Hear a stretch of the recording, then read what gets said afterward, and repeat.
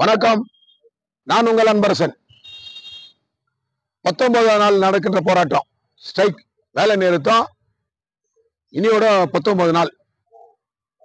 புலி வருது கதையாயிடுச்சு. நேத்து புலி வருதுன்ற மாதிரி, புளிய வரல கலைய வர்ற மாதிரி மேனேஜ்மெண்ட் வருதுன்னு சொல்லிட்டு 6 மணி மட்டும் 5 விளக்கு பதில் உட்காந்தா மேனேஜ்மெண்ட் வரல, எந்த மட்டம் வரல.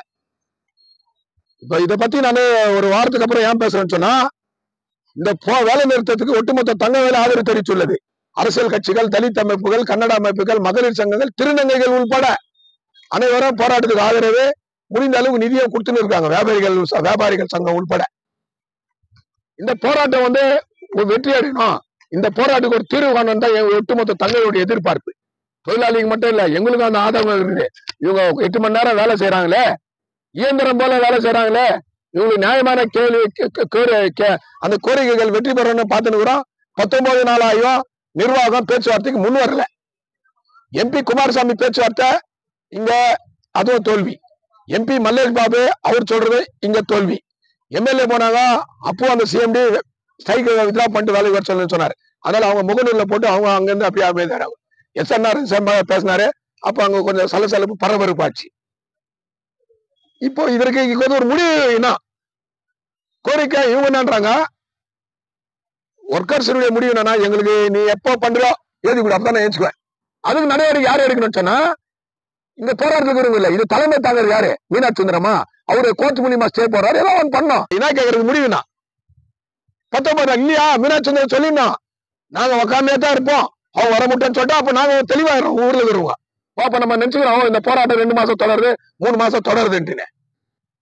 ஒன்னு நீதிமன்றம் மூலியமா போறியா, நீதிமன்றம் இல்ல ட்ரிபுனல் இல்ல RLC, ALC, DLC எதுனா அதையும் சொல்லலாம். இன்னைக்கு ஆயிடுச்சு. இதை இப்ப எம்பி நேற்று குமாரசாமி வெள்ளிக்கிழமை பேசி முடிச்சுருவாரு. நாங்க போன வாரம் சிலர் வினா ஆயிடுச்சு. போன வாரம் அவர் சொன்னாரு நம்ம ஏஞ்சிக்கல, அதனால வரலன்ற மாதிரி ஒரு பக்கம் பேச்சு. இன்னொரு பக்கம் என்னன்னா, நாங்க யார் சொன்னாலும் ஏஞ்சிக்க மாட்டோம் அப்படின்ற ஒரு முடிவுல ஒர்க்கர்ஸ் இருக்கிறதுனால இந்த போராட்டம் எதை நோக்கி போய் கொண்டிருக்கிறது? வெற்றியை நோக்கி தான் போகணும் இந்த போராட்டம், தோல்வியை நோக்கி போக கூடாது. ஏன்னா இத்தனை நாள் சஃபர் ஆகிறாங்க ஒர்க்கர்ஸ். அதனால மீனாட்சி சுந்தரம் அவருடைய முடிவு என்ன? ஒர்க்கர்ஸ் கிட்ட கலந்துரையாடல் கேட்டு, இல்ல போராட்டம் வேலை நிறுத்தம் 1 மாதம் அறிவி. ஏன்னா நம்மளும் டெய்லி நானும் வரேன் கேட்கறேன்னா பாச்சு இல்ல பேச்சுவார்த்தை மேனேஜ்மெண்ட் போய்க்குது, மேனேஜ்மெண்ட் வருதுன்னு நேத்தாலும் நானும் வெயிட் பண்ண, எல்லாம் பத்திரிகையாளர் உட்காந்தோம். இல்ல 10,000 துப்பாக்கிகளை விட ஒரு பத்திரிகை பலம் வாய்ந்ததுன்னு சொன்னார் நெப்போலியன். அந்த பத்திரிகை கூட இவங்களுக்கு சப்போர்ட் ஆகுது. கன்னட பத்திரிகை, தமிழ் பத்திரிகை, சோசியல் மீடியா, யூடியூப் எல்லாமே ஆதரவாகுது. ஆனா மேனேஜ்மெண்ட் இன்னும் பேச்சுவார்த்தைக்கு வரையில.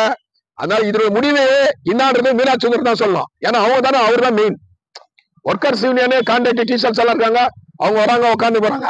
ஏன்னா பல தரப்பட்ட தொழிலாளிகிட்ட நான் பேசும்போது ஒரு சிலர் நாங்க ஏஞ்சிக்க மாட்டோம், ஒரு சிலர் என்ன பண்றது தெரியல, 1ஆம் தேதி வச்சாலும் சில பிரச்சனைகளை சந்திக்க நேரிடுறாங்க. அதனால இந்த போராட்டம் வெற்றி பெறணும்னா அதற்கான நடவடிக்கை இதுதான் சொல்லணும். இவங்க இப்ப CIT-வா அவங்க சொல்லணும், இதுதான் இவங்களுடைய இறுதி முடிவு. இல்ல நீ வர மட்டும் ஏன் சொல்லு, அப்ப தெளிவாயிடுறாங்க எல்லாருமே. 3 மாசம்னா கூட இந்த போராட்டம் நடக்குதுன்னு தெரிஞ்சுக்கிறோம். அதனால இன்னான்றதை மீனாட்சி சுந்தரம் தெளிவு பண்ணணும். இதுதான் என்னுடைய கேள்வி.